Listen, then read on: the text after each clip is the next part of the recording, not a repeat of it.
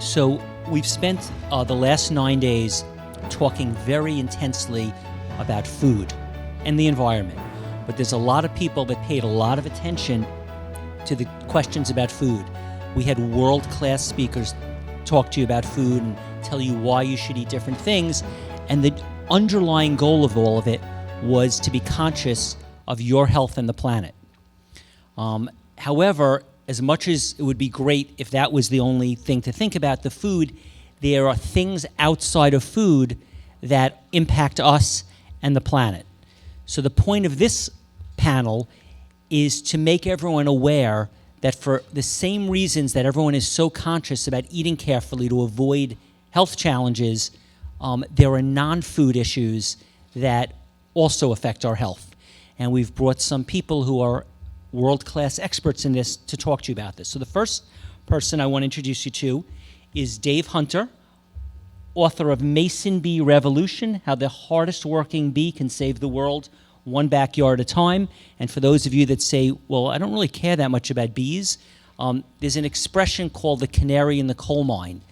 And what it means is if a canary went into the coal mine and it died, well, that meant that it was exposed to something that the coal miners could be exposed to. And it was an early warning sign that there was something dangerous that the coal miners were breathing, because the canary with smaller lungs died, and eventually it would affect them. So the bees and what's happening to the bees and the other pollinators and other things in nature is a concern because it's going to affect us eventually. So Dave Hunter is the founder and owner of Crown Bees and has been working for a decade to learn, teach, and apply natural techniques on solitary native bees. What started out as a backyard hobby has turned into the world's largest solitary bee company devoted to making more food for the gardener and farmer. Dave founded the professional organization Orchard Bee Association and has advised for the USDA's Integrated Crop Pollination Project for the past 5 years. He firmly believes that teaming with science to ensure best practices are followed has us with health. I'm sorry, I'm going to read that again. He firmly believes that teaming with science to ensure best practices are followed has us with, I guess we wrote that wrong. Changing perceptions about how bee pollinate isn't easy. Many of our bee assumptions stem from the honeybees we know and love. Dave will help you unlearn most of them, which, true for honeybees, is not necessarily helpful for our food-making native bees of the world. Dave's stories will help you easily understand natural bee basics. So the next person is Beth Greer. Beth Greer is the author of the Supernatural, her book is called Supernatural Home, Improve Your Health, Home, and Planet One Room at a Time. Beth Greer, the Supernatural Mom, is one of the foremost experts on sustainable and toxin-free living. She is an award-winning journalist, recently named one of the top 50 health and environmental journalists to follow in 2016, and is the author of the best-selling book Supernatural Home, endorsed by Deepak Chopra and Ralph Nader. Beth experienced firsthand the powerful benefits of holistic, toxin-free living. She eliminated a sizable tumor in her chest without drugs or surgery by detoxing her body in her home, and she found powerful holistic approaches that helped her teenage daughter overcome ADHD and addiction to drugs and alcohol. As a consultant and speaker, Beth assists individuals and organizations in creating toxin-free holistic home and work environments and lifestyles that improve health, mood, and performance. She's the host of Kids in Crisis radio show, where she interviews leading medical experts and treatment professionals, and is the former president of the Learning Annex. A short list of clients includes Google, LinkedIn, NBC, NPR, Rodale Wellness, Martha Stewart Living, Health Magazine, Prevention Magazine, and CNN. Learn more at bethgreer.com.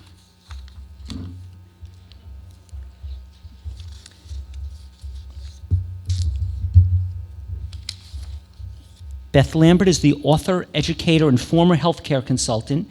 Beth Lambert has monitored and documented the escalating rates of childhood chronic conditions for nearly a decade. Her book, A Compromised Generation, provides a thorough analysis of the origins of this modern health crisis and documents how modifications to environmental and lifestyle factors can profoundly influence health outcomes, including full disease reversal. Beth is the founder and executive director of Epidemic Answers, a 501c3 nonprofit organization dedicated to reestablishing vibrant health in our children. She is also the creator and executive producer of the Documenting Hope Project, a multi-year prospective research study and media project that examines the cumulative impact of environmental stressors on health and their mitigation through personalized and systems-based treatment approaches.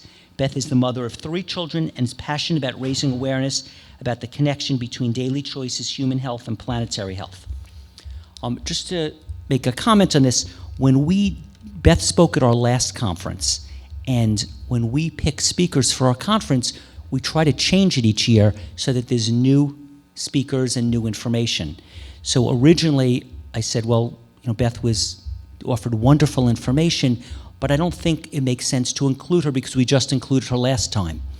And as we continued filling the roster of speakers, I was very disturbed because I knew she spoke about something so disturbing, and I didn't know of anyone else in the country who could replace her. And the specific thing that she was saying that was very concerning to me was that children today are not the same as they were 60 years ago.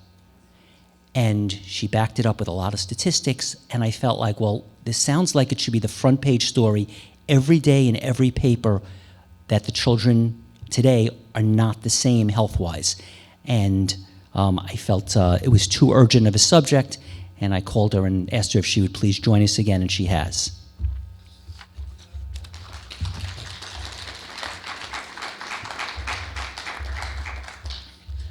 The next speaker, there was a movie, Airplane. I don't know if any of you saw it. It was like 40 years ago. And the guy comes out and he says, I have bad news, everyone. And he says, the plane is about to crash. And everyone's like, oh, all right, whatever. And she goes, oh, also, we're out of coffee. Everyone goes, oh my God, everyone screams. In some ways, I feel like our next speaker is that, because all week we had people going, okay, we have climate change, the planet's crashing, and everyone's like, all right. And now Deborah's saying, oh, and there's some concerns about your cell phone. Everyone's like, oh my God, my cell phone. So,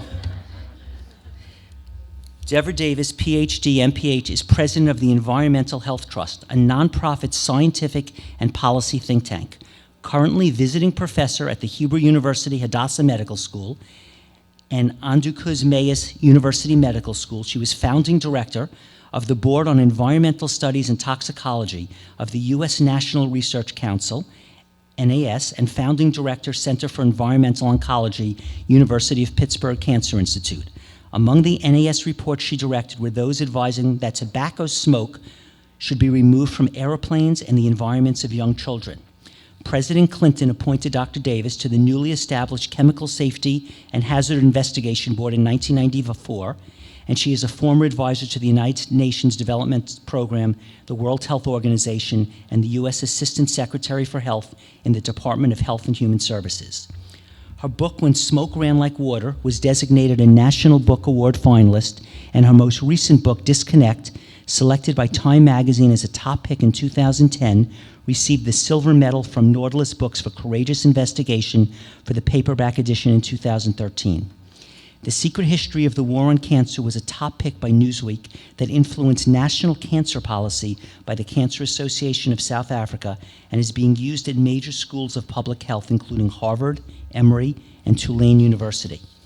Davis has also authored more than 200 publications in books and journals, ranging from The Lancet and Journal of the American Medical Association to Scientific American and the New York Times, and has written blogs in Freakonomics, Huffington Post, Physicians for Social Responsibility, Moms Rising, Oxford University Press, and elsewhere. Honored for her research and public policy work by various national and international groups, the Betty Ford Comprehensive Cancer Center and the American Cancer Society gave her the Breast Cancer Awareness Award. She was commended by the director of the National Cancer Institute for outstanding service, appointed a global environmental advisor to Newsweek magazine, and awarded the Woman of Distinction Award from the Conservative Jewish Women's Organization. The Lemelson Center for Invention and Innovation of the Smithsonian Institution honored her as an innovator on the environment, for which she gave a distinguished lecture in 1998.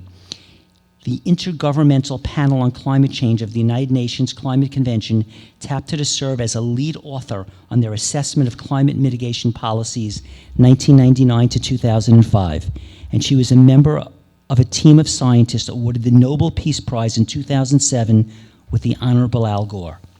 Davis was recently featured on the Today Show Pediatrician's New Warning, Limit Children's Exposure to Cell Phones, and on the 9 Jump in Today show in Australia, Smartphone Radiation Concern. Welcome, everybody. Thank you.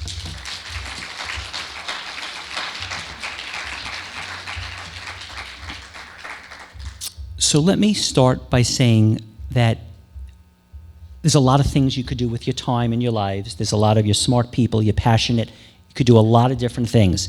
For you to be writing books on these subjects and speaking about it, you must feel very passionate that there's something very important that maybe the public is not aware of, that you are aware of. So what is the reason that you are doing this, focusing on the subject that you're focusing on? Why do you feel it's so important to devote your life to this when a lot of times it's not even understood by the mainstream? If you want to each answer that.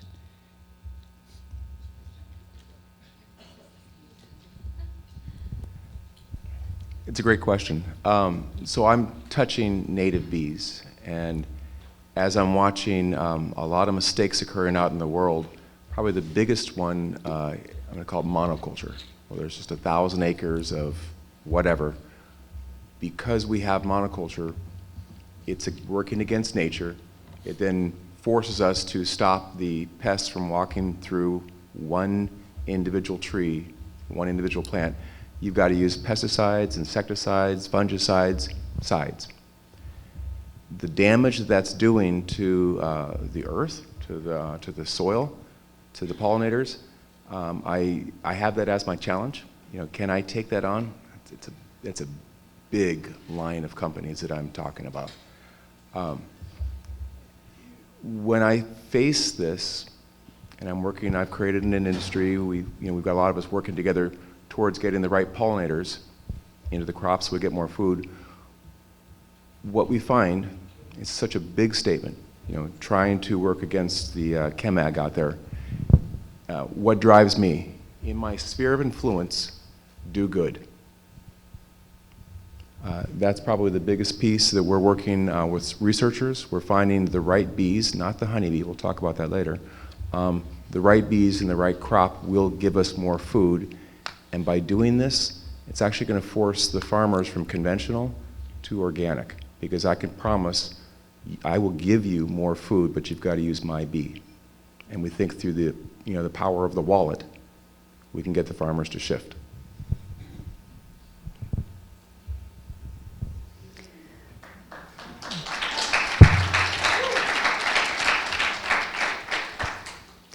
"15 years ago, I had a huge wake-up call. I thought I was leading a healthy lifestyle. I was eating well, exercising, watching my weight. I didn't smoke. I even had a meditation practice. So it came as this huge surprise to discover I had a tumor in my chest. It was this big, the size of a tennis ball. I went to 3 top surgeons. I had it biopsied. It was benign, but it was very, very painful. It was pressing on the nerves that ran down my arm and into my fingers. What I did was I discovered that by making small lifestyle shifts, I was able to eliminate that tumor. And I'm going to talk about it in my talk tomorrow. So it's become my passion to let people know that what goes in us, what goes on us, what we're putting on our skin, all of the chemicals in our everyday products, and what we're exposing ourselves with in our homes, our cleaners, our mattresses, our paint, our carpeting, the electromagnetic fields we're exposed to, all has an impact on our health. And so I'm just very passionate. I don't want anybody to have to go through what I went through, which was getting a diagnosis. You think you're going to die, and it's very, very frightening. But the good news is that making small lifestyle shifts, I was able to eliminate the tumor. And so I'm on this mission to educate people about what we're being exposed to unnecessarily in our homes and our workplaces. And in addition, my daughter, who's now 20, when she was 15, became addicted to drugs and alcohol. they wanted to put her, she was suicidal, they wanted to put her on meds, and I stepped in and found alternative ways of treating her. She's now 2.5 years sober. She's doing great. She's in college. She's working on no meds. She's on supplements. And so I have started this radio show called Kids in Crisis, where I interview holistic doctors that offer solutions to children like this, because I meet so many parents who are in crisis about their, and in pain about their children. And I wish I knew then what I knew then, and so I'm trying to help educate people that way. And I speak to pediatricians, I work with them, and like Steve said, children in the past 10, 15 years, the children that the pediatricians are seeing, they have chronic disease. It's unbelievable. And when these holistic doctors make these suggestions on simple lifestyle shifts, like eating organic, non-GMO food, and getting them off food dyes, for example, their behaviors change, and they become normalized, and they don't need the meds. So that's why I do what I do.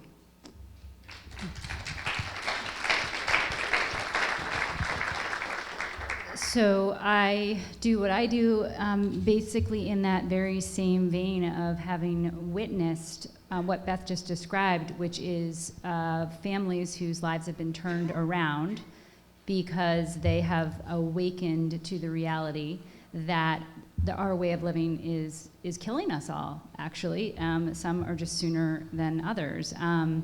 And what's happening in the lifestyle that we're living in the industrial modern world is our children are not developing normally. And what I've seen is the families who wake up to this early enough, they get their kids on the right track, they get themselves on the right track, they make all the lifestyle changes that Beth was just talking about.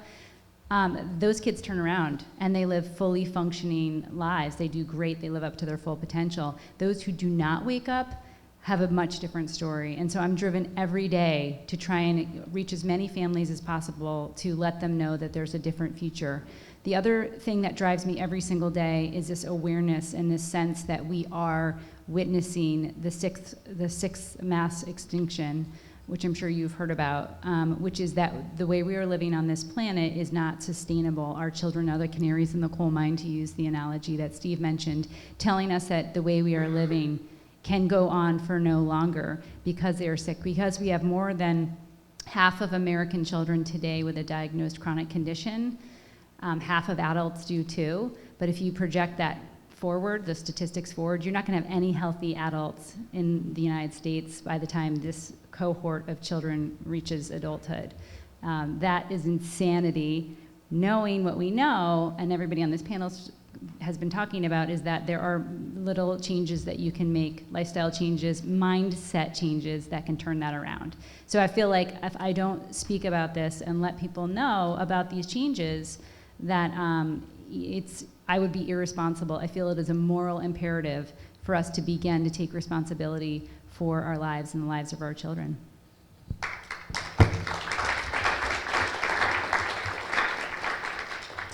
Well, good evening. I think we all share this moral imperative that you just so eloquently talked about.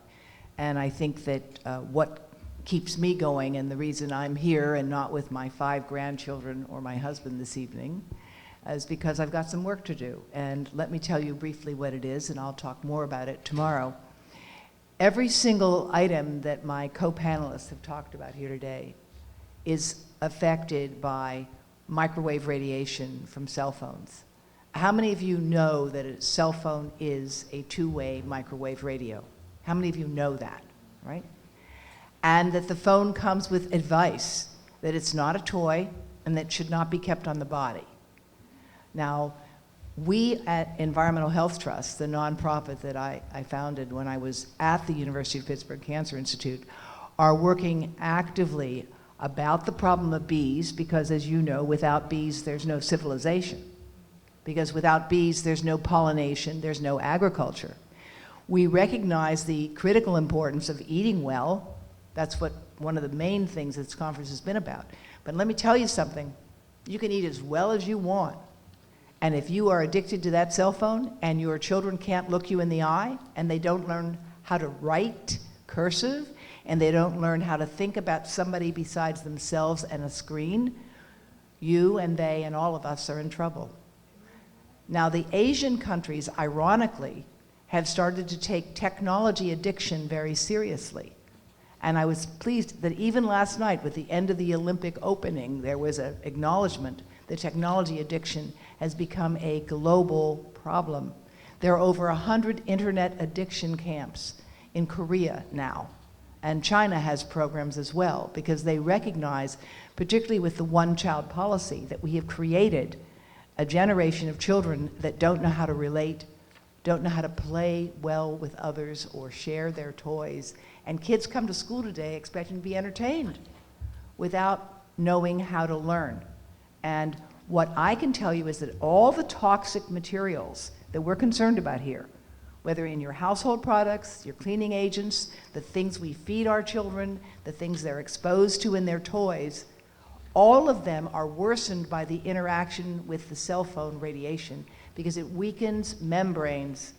Think about this. One example, and I'll talk about more tomorrow, is that if you have microwave radiation right now, in medicine, it's being used by doctors to treat cancer because it weakens membranes, meaning that every toxic substance you're exposed to can be more deeply taken into the cell of every part of your body.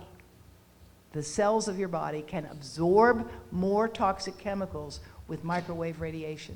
So get those phones out of your pockets, put them on airplane mode, and I'll tell you more about it tomorrow in my talk. Now, those of you who are interested, I have a card, this young gentleman here, Giovanni, those of you who promise that you will share this with someone else, we will give you a card that gives you information from the American Academy of Pediatrics that tells you why you should practice safe technology and how to do it. Please raise your hand if you want it in Spanish or English, and he will hand you a card. You have to promise to share it with one other person.